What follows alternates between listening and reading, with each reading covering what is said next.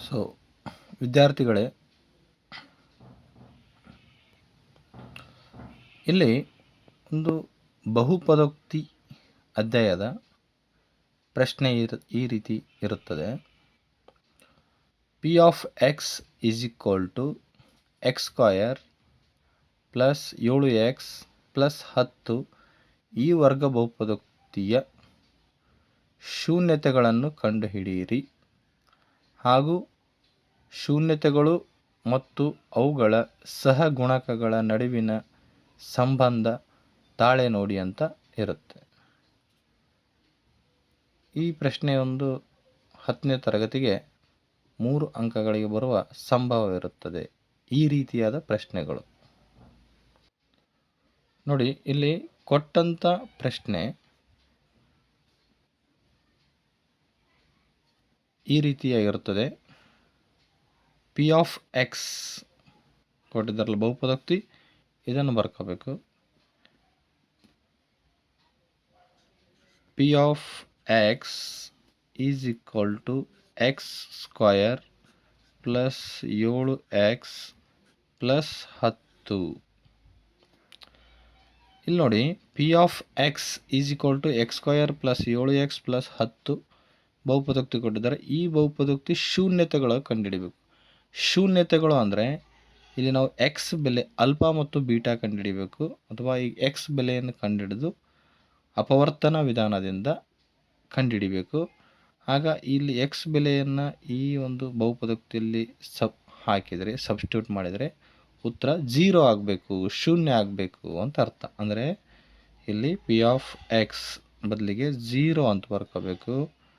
X square plus 7x plus 10 ಈ ಥರ ಬರ್ಕೋಬೇಕು ಲೆಕ್ಕ ಮಾಡಬೇಕಾದ್ರೆ.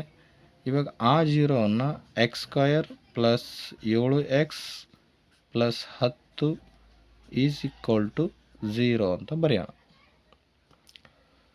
ಇವಾಗ ನೋಡಿ, ಇಲ್ಲಿ 10 ಸ್ಥಿರಾಂಕ. ಈ ಸ್ಥಿರಾಂಕ ಮತ್ತು ಎಕ್ಸ್ ಸ್ಕ್ವೇರ್ ಜೊತೆಗೆ ಯಾವ ಸಂಖ್ಯೆ ಇರುತ್ತೆ ಇವೆರಡನ್ನು ಮಲ್ಟಿಪ್ಲೈ ಮಾಡಬೇಕು. 10 ಇಂಟು 1, ಇಲ್ಲಿ ಏನೂ ಇಲ್ಲ ಅಂದರೆ 1 ಇರುತ್ತೆ.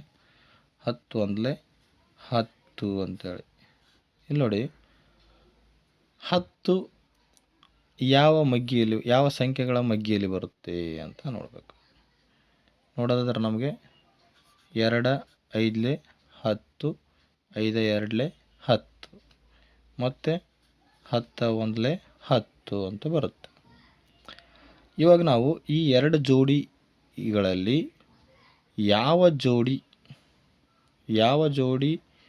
ಕೂಡಿಸಿದರೆ ಅಥವಾ ಕಳೆದ್ರೆ ನಮಗೆ 7 ಬರಬೇಕು ಅಂತ ನೋಡಬೇಕು. ಆಮೇಲೆ ಈಗ ನಮಗೆ ಗೊತ್ತಾಯಿತು 2 ಮತ್ತು 5 ಕೂಡಿದರೆ 7 ಆಗುತ್ತೆ ಅಂತೇಳಿ. ಆಮೇಲೆ ಎಂಥ 7 ಬೇಕು, ಪ್ಲಸ್ 7 ಬೇಕು ಅಂದರೆ ಎರಡೂ ಸಂಖ್ಯೆಗಳ ಮುಂದೆ ಪ್ಲಸ್ ಪ್ಲಸ್ ಅಂತ ಚಿಹ್ನೆಗಳನ್ನು ಹಾಕಬೇಕಾಗ್ತದೆ. ಈಗ ನೋಡಿ, ಮೊದಲನೇ ಟರ್ಮ್ ಹಂಗೆ ಬರಿಬೇಕು, ಎಕ್ಸ್ ಸ್ಕ್ವಯರ್ ಪ್ಲಸ್ ಈ ಮಧ್ಯದ ಪದ ಬರಿಬಾರ್ದು, ಮಧ್ಯದ ಟರ್ಮ್ ಬರಲಾರ್ದೇ ಈ ಟರ್ಮ್ ಬರಿಬೇಕು. 2x plus 5x plus 10 is equal to 0 ಅಂತೇಳಿ. ಆನಂತರ ಮೊದಲ ಎರಡು ಟರ್ಮ್ಗಳಲ್ಲಿ, ಈ ಎರಡು ಟರ್ಮ್ಗಳಲ್ಲಿ ಏನು ಕಾಮನ್ ಇದೆ, ಎಕ್ಸ್ ಕಾಮನ್ ಇದೆ. ಎಕ್ಸ್ ಕಾಮನ್ ತೆಗೆದ್ರೆ ಎಕ್ಸ್ ಪ್ಲಸ್ 2 ಉಳಿಯುತ್ತೆ. ಇಲ್ಲಿ ಎಕ್ಸ್ ಹೊರಗಡೆ ಹೋಯಿತು. ಇಲ್ಲಿ ಎಕ್ಸ್ ಸ್ಕ್ವಯರ್ ಅಂದರೆ 2x ಇರ್ತವೆ, ಒಂದು ಹೊರಗಡೆ ಹೋಯಿತು, ಒಂದು ಒಳಗಡೆ ಉಳಿತು. ಇಲ್ಲಿ 2 ಉಳಿತು, ಪ್ಲಸ್ ಈ 5 ಬರಿಬೇಕು. ಆನಂತರ ಇದೇ ಬ್ರ್ಯಾಕೆಟನ್ನು ಎತ್ತಿ ಇಲ್ಲಿ ಬರಿಬೇಕು, x plus 2 is equal to 0 ಅಂತ. ಈಗ ನೋಡಿ, ಎಕ್ಸ್ ಪ್ಲಸ್ 2 ಈ ಎರಡು ಬ್ರ್ಯಾಕೆಟ್ ಇದಾವಲ್ಲ, ಇದನ್ನು ಒಂದು ಬ್ರ್ಯಾಕೆಟ್ ಮಾಡೋಣ. ಎಕ್ಸ್ ಪ್ಲಸ್ 2 ಕಾಮನ್ ತೆಗೆದಂಗೆ, ಒಂದು ಬ್ರ್ಯಾಕೆಟ್ ಅಂದರೆ ಅರ್ಥ common ತೆಗೆದಂಗೆ.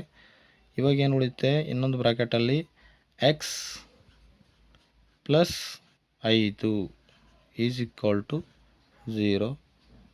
X is equal to plus ಇದ್ದದ್ದು ಮೈನಸ್ ಆಗುತ್ತೆ, x is equal to plus ಇದ್ದದ್ದು -5 ಆಗುತ್ತೆ. ಈಗ ನೋಡಿ ಕೊನೆಗೆ ಶೂನ್ಯತೆಗಳಂತ ನಾವು alpha is equal to -2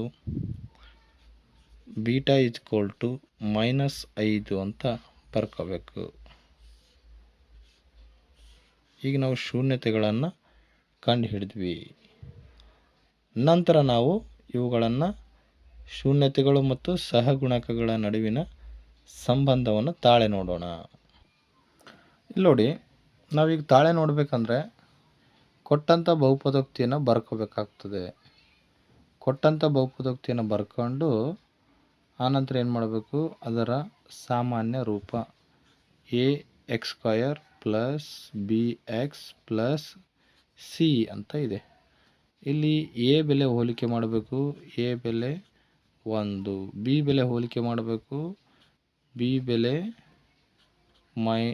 b ಬೆಲೆ 7, c ಬೆಲೆ ಹೋಲಿಕೆ ಮಾಡಬೇಕು 10 ಅಂತ. ಹೋಲಿಕೆ ಮಾಡಿದ ನಂತರ ಸೂತ್ರಗಳು ಬರ್ಕೋಬೇಕು. ಮೊತ್ತ ಶೂನ್ಯತೆಗಳ ಮೊತ್ತ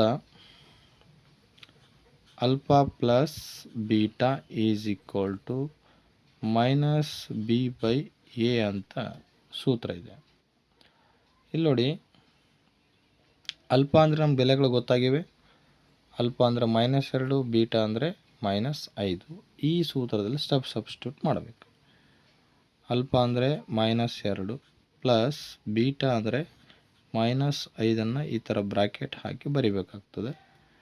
ಇಲ್ಲಿ ಸೂತ್ರದಲ್ಲಿ ಮೈನಸ್ ಇದೆ, ಆ ಮೈನಸ್ ಹಾಗೆ ಬರಿಬೇಕು. ಬಿ ಬೆಲೆ ಎಷ್ಟು ಬಂತು, 7 ಬಂತು, ಬರಿಬೇಕು. ಎ ಬೆಲೆ ಎಷ್ಟು ಬಂತು, ಇದೆ 1. ಆ ಬೆಲೆಗಳನ್ನು ಸಬ್ಸ್ಟಿಟ್ಯೂಟ್ ಹಾಕಬೇಕು. -2ಕ್ಕೆ -2 ಹಂಗೆ ಬರೋದು. ಇಲ್ಲಿ ಪ್ಲಸ್ ಇಂಟು ಮೈನಸ್ ಚಿಹ್ನೆಗಳ ಗುಣಾಕಾರ ಆಗುತ್ತೆ. ಪ್ಲಸ್ ಇಂಟು ಮೈನಸ್ ಆಗುತ್ತೆ. ಇಲ್ಲಿ -7/1 ಅಂದರೆ -7 ಆಗುತ್ತೆ. ಈ ಕಡೆ ಈ ಭಾಗಕ್ಕೆ ನೋಡಿ -2 -5 ಅಂದರೆ ಕೂಡಿಸ್ಬೇಕಾಗ್ತದೆ. -7 ಈಸ್ ಈಕ್ವಲ್ ಟು -7. ಇಲ್ಲಿ ತಾಳೆ ಆಯಿತು. ಎಡಭಾಗ ಮತ್ತು ಬಲಭಾಗ ಸಮ. ಶೂನ್ಯತೆಗಳ ಮೊತ್ತ. ಅದೇ ರೀತಿ ಶೂನ್ಯತೆಗಳ ಗುಣಲಬ್ಧ ನೋಡಿ. ಶೂನ್ಯತೆಗಳ ಗುಣಲಬ್ಧ ಅಂದರೆ alpha into beta is equal to c/a ಅಂತ ಸೂತ್ರ ಇದೆ. ಇಲ್ಲಿ ಆಲ್ಫಾ ಅಂದರೆ ನಮ್ಗೆ ಗೊತ್ತಾಗಿದೆ -2, ಬೀಟಾ ಅಂದರೆ -5. ಈಗ ಅದನ್ನು ನಾವು -2 ಇಂಟು -5. ಇಲ್ಲಿ ಇಂಟು ಚಿಹ್ನೆ ಹೇಗೆ ಬಂತಂದರೆ ಆಲ್ಫಾ ಮತ್ತು ಬೀಟಾ ಮಧ್ಯದಲ್ಲಿ ಇಂಟು ಚಿಹ್ನೆ ಇರುತ್ತೆ. ಈ ಕಡೆ ಸಿ ಬೆಲೆ ಎಷ್ಟಿದೆ, 10. ಎ ಬೆಲೆ ಎಷ್ಟಿದೆ, 1.